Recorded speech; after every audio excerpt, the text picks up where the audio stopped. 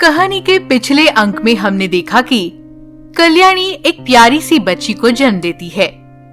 बच्ची को देख रजनी और कल्याणी बहुत खुश हो जाते हैं।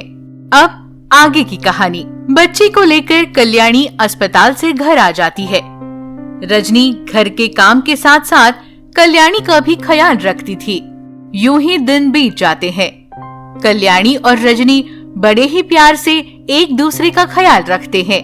एक दिन कल्याणी रजनी से, बेटा रजनी, तुमने मेरी कितने प्यार से देखभाल की। अब मुझे अपने ससुराल जाना होगा। तुम्हारा यहाँ अकेले रहना ठीक नहीं होगा। तुम भी मेरे साथ चलो। यूं कहती है। नहीं बुआ, मैं यही रहूंगी। बाबा की यादें हैं इस घर में, उनके साथ मैं यही रहना चाहती हूँ। ये कहते वक्त रजनी का दिल भर आया। कल्याणी कहती है, वो तो ठीक है, पर अगर ये घर बेच देंगे तो उन पैसों से हम कोई व्यापार शुरू कर सकते हैं। तुम्हारी पूरी जिम्मेदारी हम उठाएंगे। तुम बस खुशी खुशी पढ़ाई करो। वो दोनों आपस में यूं बातें कर रही थी। उतने में रजनी की सौतेली माँ वसंता आती है। अरे ओ कल्याणी, क्या खिचड़ी पका रही हो? ये छोटी बच्ची है, इसलिए उसके साथ धोखा मत करना। क्या तुम जानती भी हो ये घर किसके नाम पर है?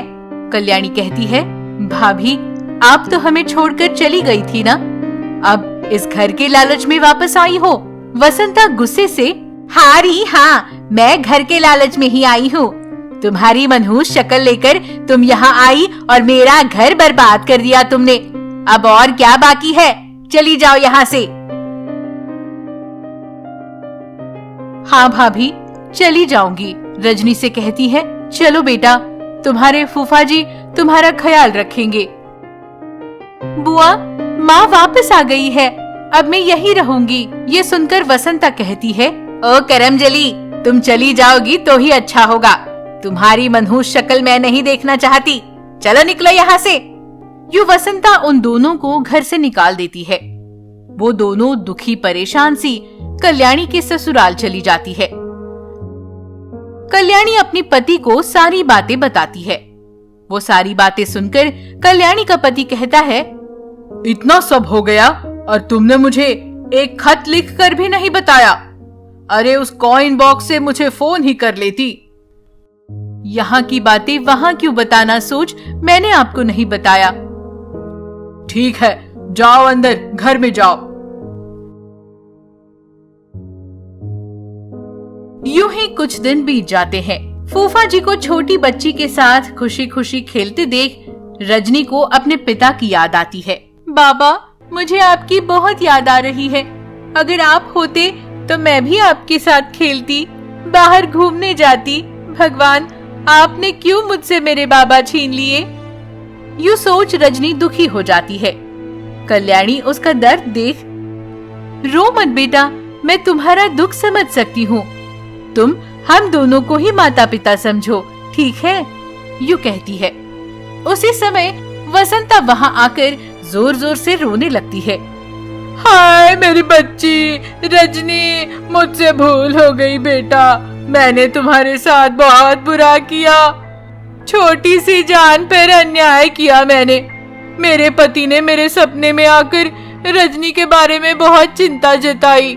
रजनी के लिए वो काफी परेशान थे, इसीलिए मैं खुद को रोक नहीं पाई।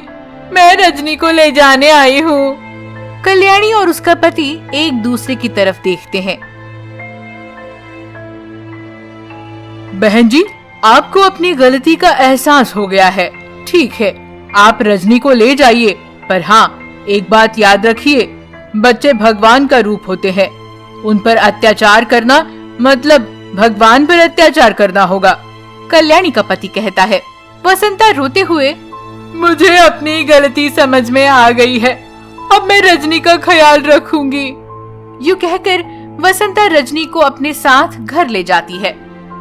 उस रात वो दोनों सो जाते हैं। अगले दिन सुबह वसंता हमेशा की तरह रजनी को गाली गलौज करने लगती है। अरे ओ महारानी, अब तक सोई हो, घर का काम कौन करेगा? यूं कहकर गुस्से से एक बाल्टी पानी रजनी पर डाल देती है। रजनी नींद से जाग जाती है। माँ, ये क्या माँ, मेरे सारे कपड़े गीले हो गए। सीधी तरह उठकर घर का काम करो। माँ, मैं थोड़ी देर और सोना चाहती हूँ। वसंता को इस बात से गुस्सा आता है। वो डंडा लेकर रजनी को मारने लगती है। जब तक उठकर काम नहीं करेगी तब तक यूं ही मार पड़ती रहेगी। गुस्से से वसंता रजनी को मारे जा रही थी। रजनी दर्द से रो रही थी। माँ, मुझे मत मारो, मुझ पर दया करो माँ, दर्द हो रहा है माँ, मैं करूंगी, सारा काम करूंगी। अब आई ना अकल ठिकाने, चलो उठो, सारा काम करो। वसंता उसे यूं फटकारती है। बेचारी रजनी सारे काम करती है। मैंने सोचा था माँ बदल गई है, मैं खुश हो गई थी, पर माँ का बर्ताव तो बिल्कुल नहीं बदला। यूं सोच वो दुखी हो जाती है। उतने में वसंता आकर गहरी सोच में है। ओहो, इतना गहरा क्या सोच रही हो? मेरी माँ बदल गई थी, फिर अब मुझे क्यों मार रही है? यही ना, इसके पीछे 3 कारण है। सौतेली माँ ने बेटी को घर से निकाला, ये निंदा मुझ पर लगनी नहीं चाहिए। दूसरा, मेरा काम करने के लिए कोई नौकरानी नहीं थी, इसलिए मैं तुम्हें लेकर आई। और हाँ, तीसरा और आखिरी, इस जायदाद पर हक जताने के लिए तुम्हारे दस्तखत चाहिए। उसे पाने के लिए मुझे तुम्हारे 18 साल का होने का इंतजार करना होगा। वसंता ये सब रजनी को बता रही थी। उसी समय कल्याणी वहां आती है। छी छी भाभी, तुम बदल गई सोच मैं खुश हो गई थी, पर मेरा शक सही निकला। तुम रजनी पर अत्याचार तो नहीं कर रही ना, ये देखने में यहाँ आई थी।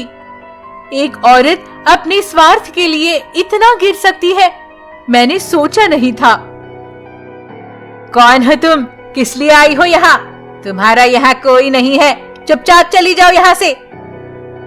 तुम्हारी जैसी अभिनेत्री तो फिल्म इंडस्ट्री में भी नहीं है। झूठ मूठ का रोना दिखाकर हमारा विश्वास तोड़ा है तुमने। वसंता को कल्याणी की बातों से गुस्सा आता है। क्या बके जा रही हो? और वसंता कल्याणी को थप्पड़ मार देती है।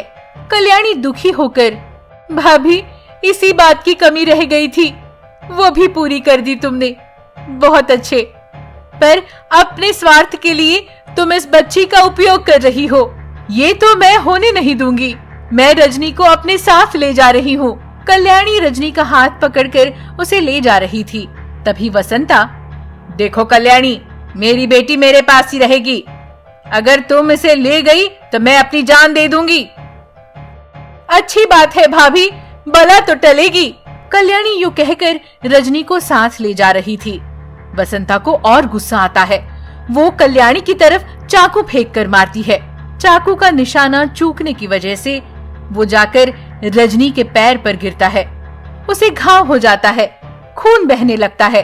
रजनी दर्द से, माँ, दर्द हो रहा है माँ, ये रोने लगती है।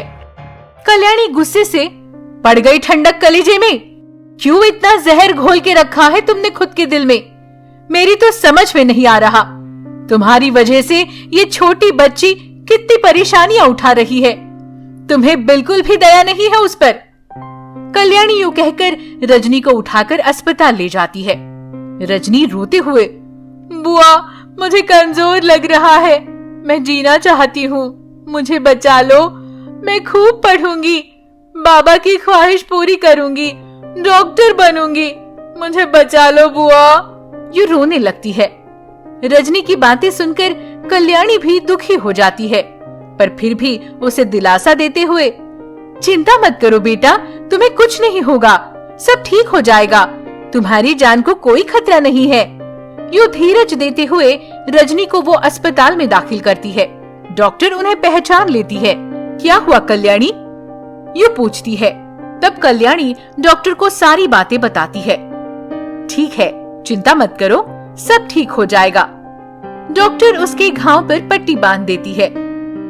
कल्याणी, उसका बहुत खून बह गया है, उसे खून चढ़ाना पड़ेगा, वरना वो और कमजोर हो सकती है, उसकी जान को भी खतरा हो सकता है। ए पॉजिटिव ग्रुप का खून चाहिए। हमारे पास तो फिलहाल नहीं है। अभी तुरंत खून का इंतजाम कैसे होगा? कल्याणी परेशान हो जाती है। तुम्हारे परिचय में पूछ लो किसी से, डॉक्टर कहती है। कल्याणी अपने पति को फोन करती है और उसे सारी बातें बताती है। वो चिंतित होकर अस्पताल आ जाता है। बाद में क्या होता है, कहानी के अगले अंक में देखेंगे।